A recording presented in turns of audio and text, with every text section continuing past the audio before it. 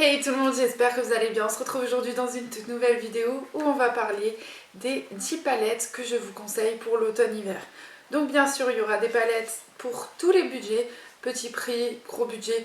Promis, je vous ai préparé les petits prix, les grands prix, les prix plus élevés. Je voulais absolument vous faire cette petite vidéo parce que je trouve que c'est la vidéo parfaite pour commencer cette période automnale et hivernale qui suivra par la suite. Et je me suis dit que peut-être en vous parlant des petites palettes que j'adore utiliser pendant l'automne et pendant l'hiver, ça pourrait peut-être vous aider, vous, pour savoir quelle teinte utiliser par exemple, voilà.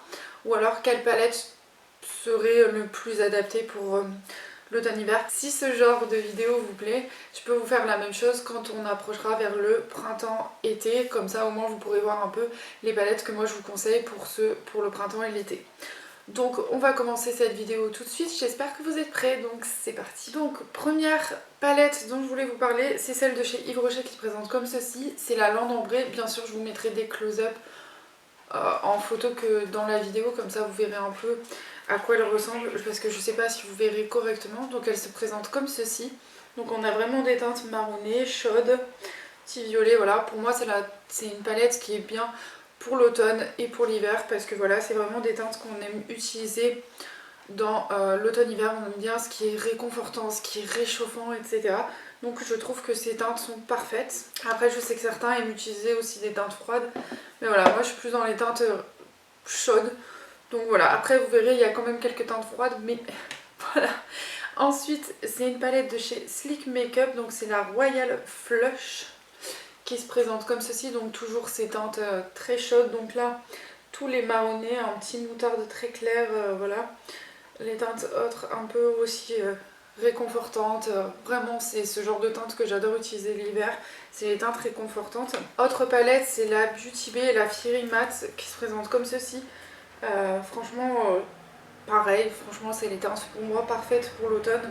Après vous verrez, j'ai des palettes qui sont pour moi plus automnale, plus hivernale, mais voilà, j'adore utiliser ce genre de couleur. Après cette palette là, j'adore l'utiliser avec celle-ci, la ELF, donc ça c'est la Berry Bad. Donc vous ne vous inquiétez pas, tous les liens des palettes seront en barre d'infos comme d'habitude.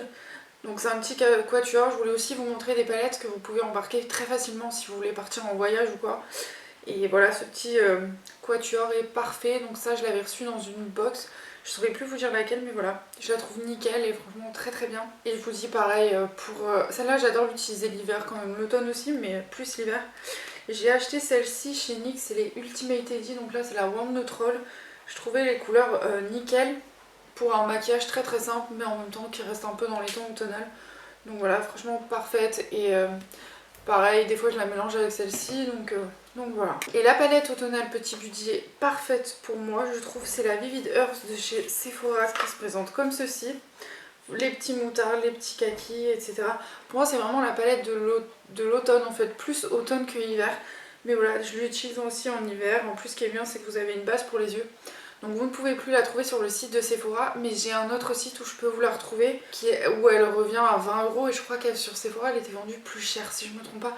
Moi je crois que je l'avais payée 25 €, donc là elle est à 20 € donc moins cher. Je vous mettrai vraiment le lien en barre d'infos, donc n'hésitez pas à aller regarder. Donc ça c'était la dernière palette petit budget.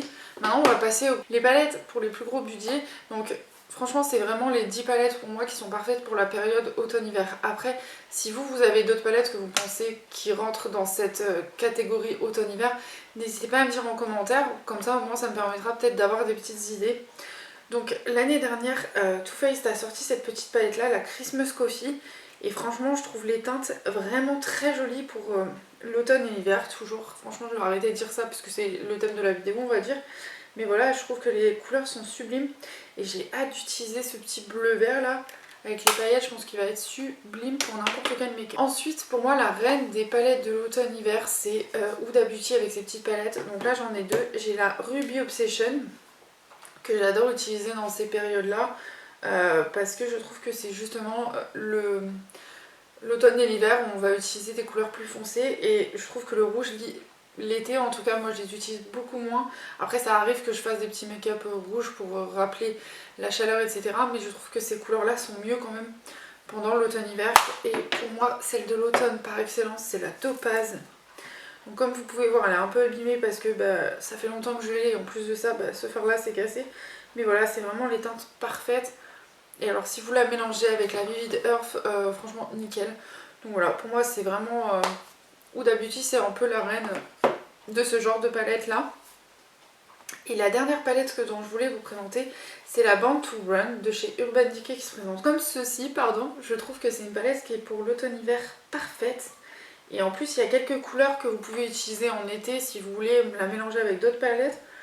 Mais voilà, pour moi, c'est vraiment la palette parfaite pour ces teintes-là. Notamment les petits violets, les couleurs plus foncées, les deux verts là, pépites avec la Wild West là. Ça doit être nickel. Je testerai, je vous en reparlerai je pense. N'hésitez pas, si vous voulez que je vous fasse un make-up pour chaque palette, je peux vous montrer ce que ça peut donner. Ou alors, sauf la Beauty Bay, parce que je la mélangerai avec quelqu'un d'autre, enfin avec une autre palette. Mais si vous voulez, je peux vous faire ce genre de petit make-up sur Instagram et vous dire quel produit j'ai utilisé.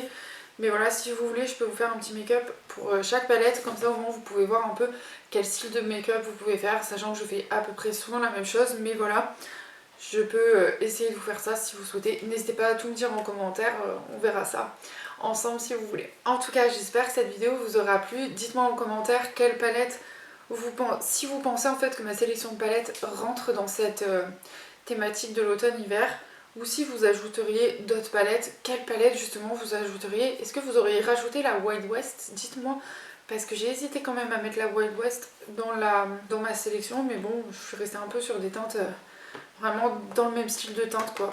En tout cas, dites-moi tout en commentaire. Moi, je vous fais des gros bisous et je vous retrouve vendredi prochain pour une prochaine vidéo. Ou à de suite dans les commentaires. Bye bye.